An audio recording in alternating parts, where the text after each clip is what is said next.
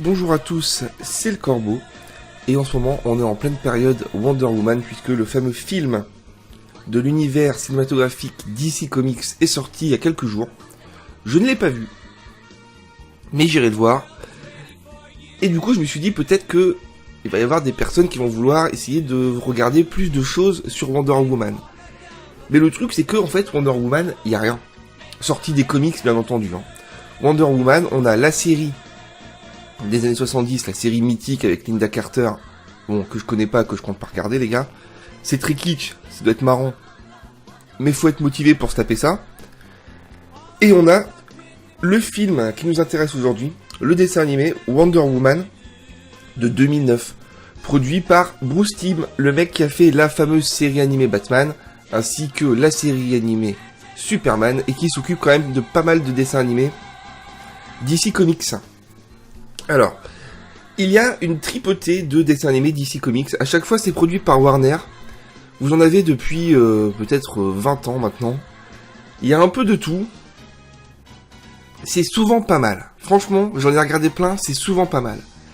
Mais je vais pas faire de suspense à 2 balles. Celui-ci, ce Wonder Woman, c'est bof. Franchement, les gars, c'est vraiment très bof. Moi, j'étais super content de le regarder. Parce que j'aime bien Wonder Woman, voilà. Puis c'est rare, encore une fois, Wonder Woman... En animé, c'est rare. Même en BD, il n'y a pas grand-chose non plus, quoi. Alors que c'est un personnage mythique. Surtout grâce, encore une fois, à la série télé avec Linda Carter, qui a vraiment marqué tout le monde. Bref, dans ce Wonder Woman de 2009, j'appelle ça Wonder Woman 2009, on se retrouve avec une histoire qui nous décrit les origines de Wonder Woman, mais c'est pas le but principal de ce dessin animé. Le côté origine, ça dure pas longtemps. Vraiment, ça dure vraiment 5 minutes. Mais au moins c'est là. Et c'est plutôt pas mal quoi, puisque encore une fois, vu qu'on n'a rien à se mettre sous la dent en Wonder Woman, c'est pas mal de faire un petit résumé. Wonder Woman, voilà. La princesse des Amazones qui vit sur l'île de Themyscira. C'est ça, j'arrive jamais à me rappeler du nom de cette île. Moi je dis Themyscira. Toutes les Amazones vivent sur cette île sans hommes. En gros, voilà, bon, je vous fais pas l'histoire précise. En gros, il se passe ça. Et un jour, un pilote américain se crache sur l'île. Voilà. Je vous dis que ça de l'histoire. En gros, c'est ça. Et dans le film Wonder Woman sorti il y a peu, je sais que c'est aussi cette histoire-là.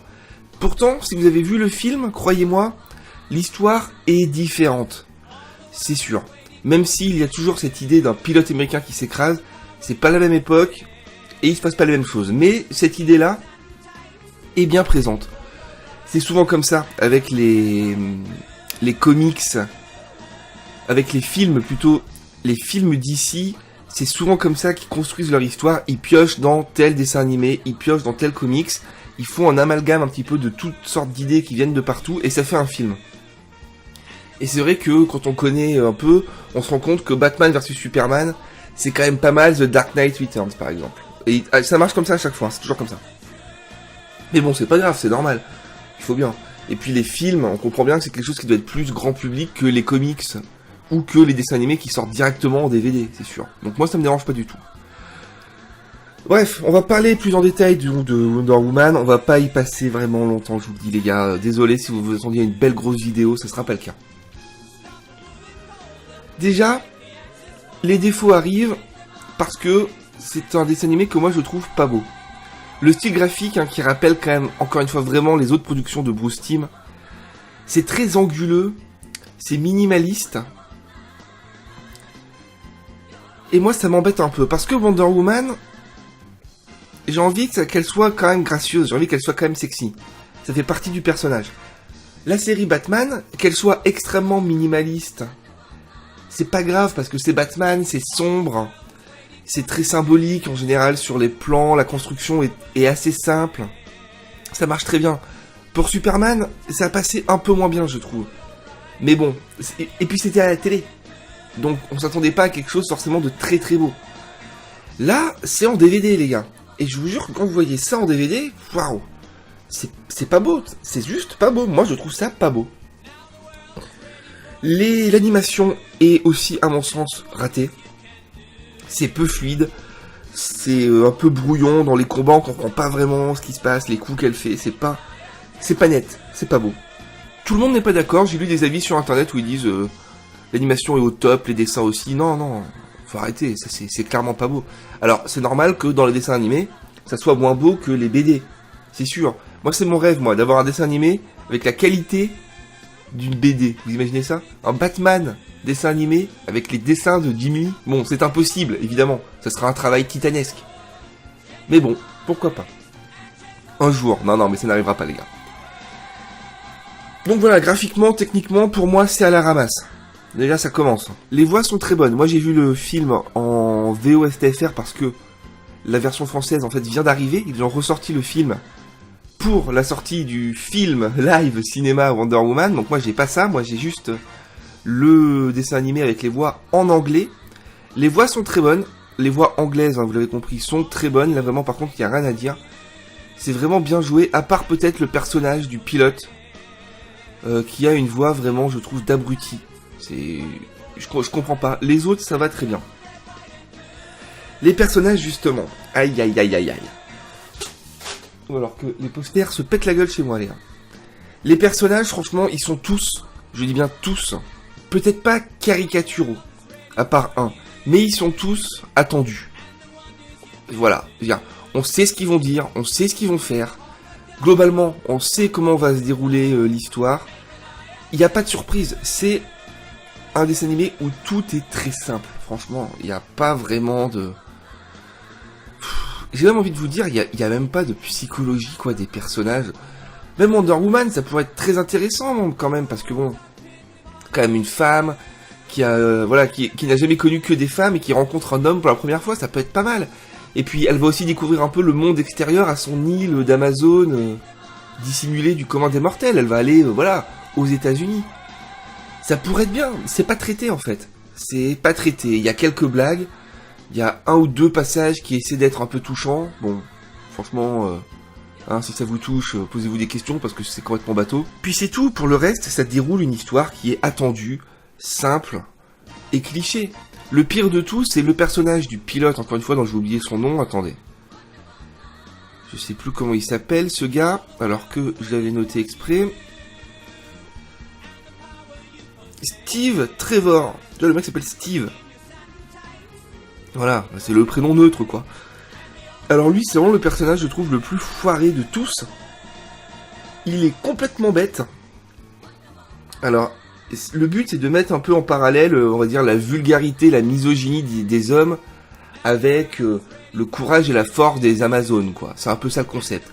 Bon, pourquoi pas? Wonder Woman, ça a toujours été féministe. On va en reparler, moi ça me dérange pas. Mais là, c'est tellement gros. Bon, parlons-en du féminisme. Je sais que beaucoup de gens n'aiment pas le côté outrageusement féministe de Wonder Woman.